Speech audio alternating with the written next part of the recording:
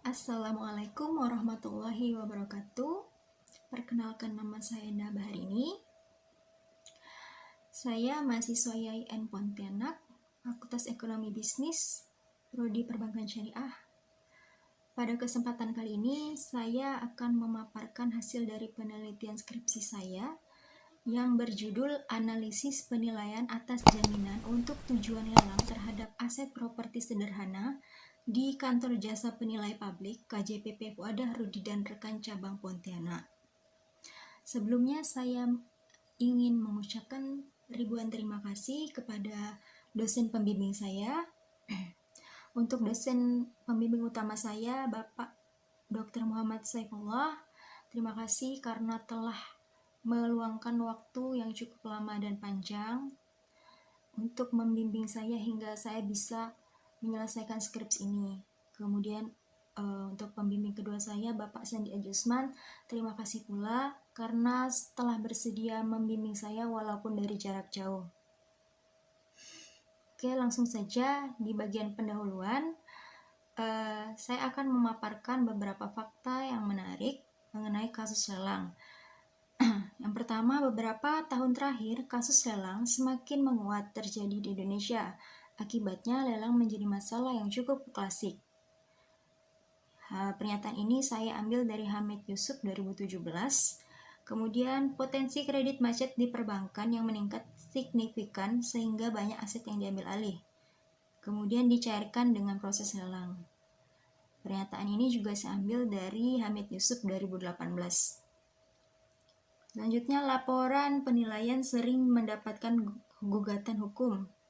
Saya pun mengambil kutipan ini dari Hamid Yusuf 2018. Padahal jumlah lembaga penilai independen seperti Kantor Jasa Penilai Publik yang terdaftar di Indonesia saat ini sudah cukup banyak, yakni 128. Sedangkan jumlah keseluruhan kantor beserta cabangnya berjumlah 352. Di Kalimantan Barat sendiri, khususnya di Kota Pontianak, jumlah kantor KJPP tidaklah banyak karena hanya berjumlah 4 dan masih berstatus kantor cabang. Berikut ini adalah tabel lembaga KJPP yang masih berstatus kantor cabang di Kota Pontianak. Rumusan masalah.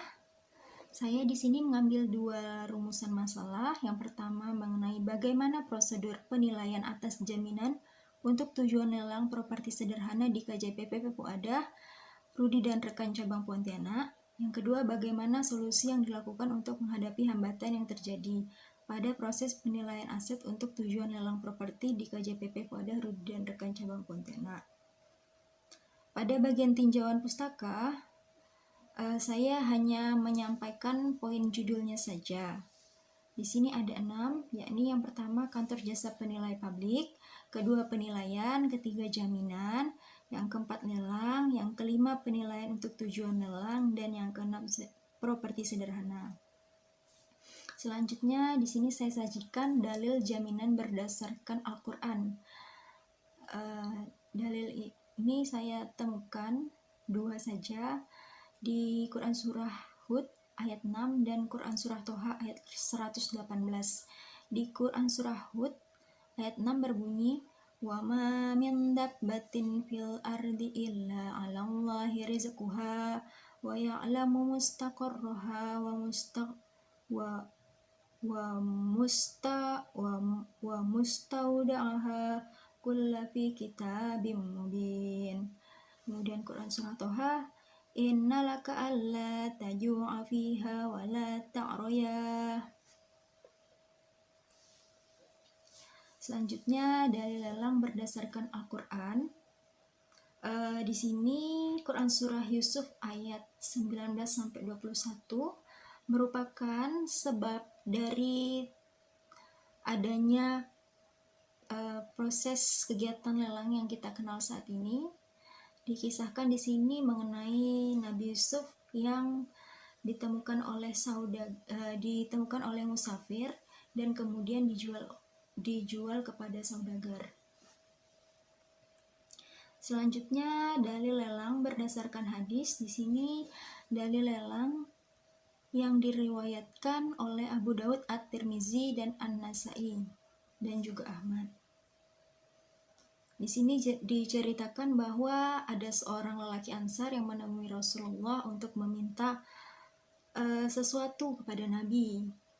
Namun setelah ditanya oleh Nabi apakah ia memiliki barang yang ia miliki, ia ternyata memiliki sepotong kain, dan kain itu ditawarkan oleh Nabi dengan cara jual beli lelang dengan harga semakin menaik, dan ada sahabat yang ingin membelinya.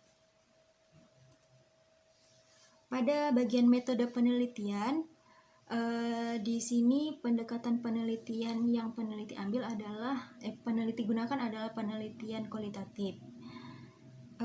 Kemudian jenis penelitian yang peneliti gunakan adalah penelitian deskriptif. Sumber data yang peneliti gunakan adalah data primer dan data sekunder.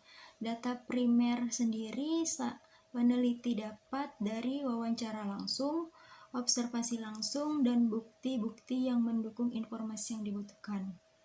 Sedangkan data sekundernya, peneliti mengambil dari buku-buku yang berkaitan dengan penilaian, aturan-aturan Menteri Keuangan mengenai penilai, dan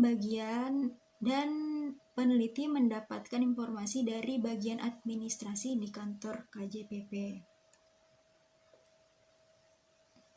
Untuk teknik pengumpulan datanya, peneliti menggunakan 4 teknik. Yang pertama survei, kemudian observasi, interview, catatan lapangan.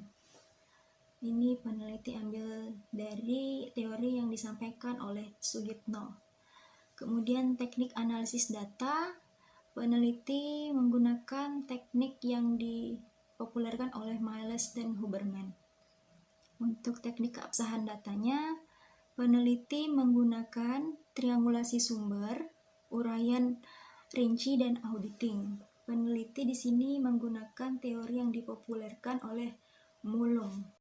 Selanjutnya pada pembahasan yang pertama mengenai prosedur penilaian jaminan untuk tujuan lelang. Di sini berdasarkan hasil wawancara yang peneliti telah lakukan dengan narasumber, diketahui bahwa prosedur penilaian untuk tujuan lelang sama seperti penilaian aset jenis lainnya. Yang membedakan adalah untuk penilaian dengan tujuan lelang harus menggunakan aturan di SPI 205 dan PPI 105 mengenai penilaian untuk tujuan lelang.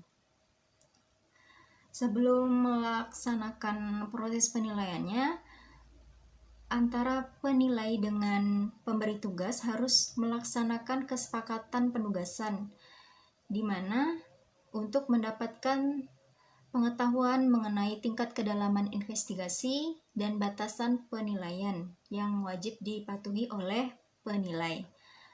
Selanjutnya pada alurnya, penilai bisa melakukan investigasi dengan mengecek keadaan aset di lapangan, kemudian pendekatan penilaian. Pendekatan yang digunakan disesuaikan dengan aset yang dinilai, kemudian laporan penilaian. Laporan yang disampaikan harus mudah dimengerti, jelas, dan bersifat netral, tidak memihak pihak manapun.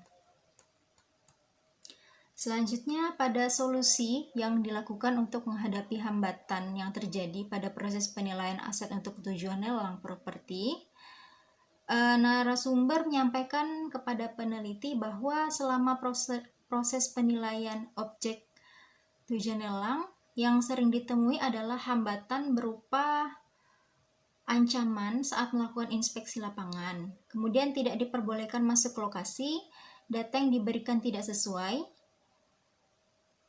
penilai tidak ditemani pemberi tugas saat inspeksi, dan pemberi tugas tidak mau menandatangani surat pernyataan penilaian. Untuk mengantisipasinya atau mengatasinya, penilai melakukan beberapa tindakan seperti meminta bantuan pihak TNI dan polisi untuk membantu pengawalan proses inspeksi penilaian.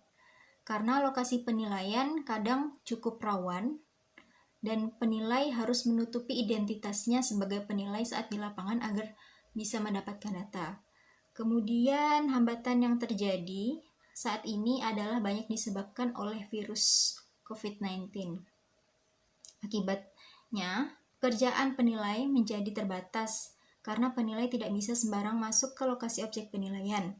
Waktu jam kantor berkurang dan jumlah orderan penilaian yang masuk mengalami penurunan. Untuk menghadapi hal tersebut, penilai wajib mengikuti himbauan yang diterbitkan oleh lembaga terkait, seperti menjaga jarak saat di lokasi inspeksi. Sedangkan untuk sisi usaha kantor KJPP sendiri, penilai mencoba untuk bertahan karena orderan yang masuk semakin berkurang.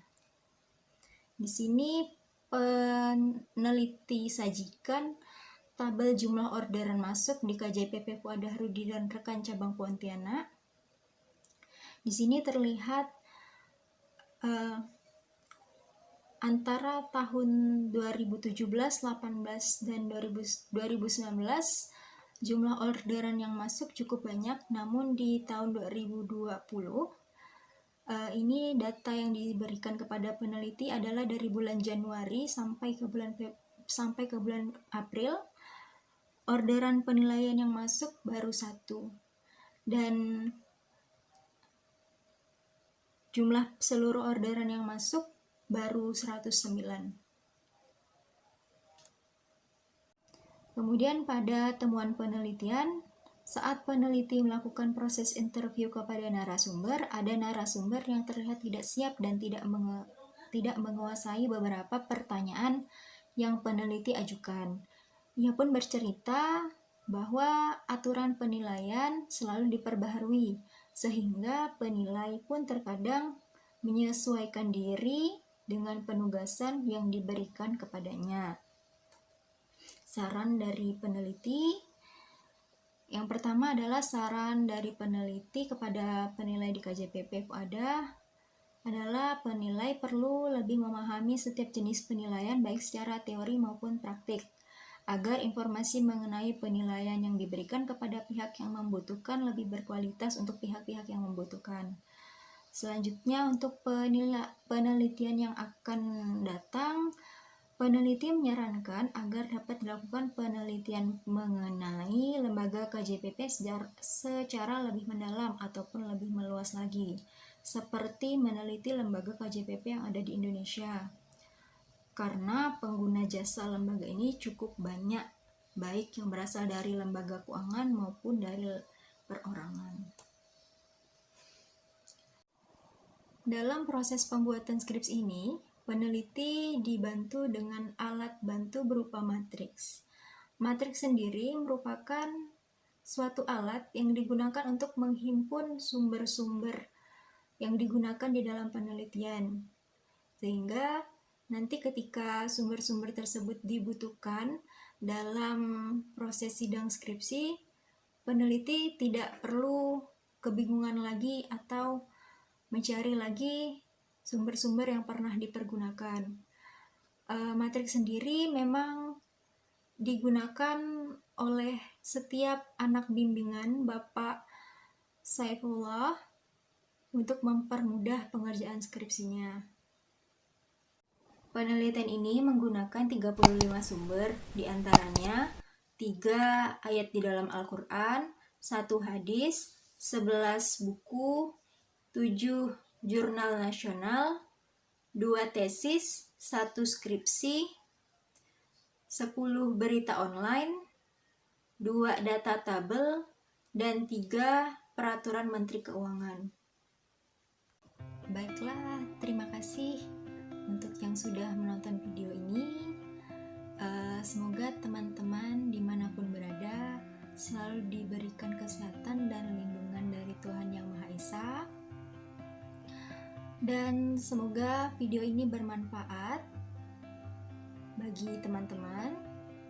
Kurang dan lebihnya saya mohon maaf dan saya undur diri. Wabillahi taufik wal hidayah. Wassalamualaikum warahmatullahi wabarakatuh.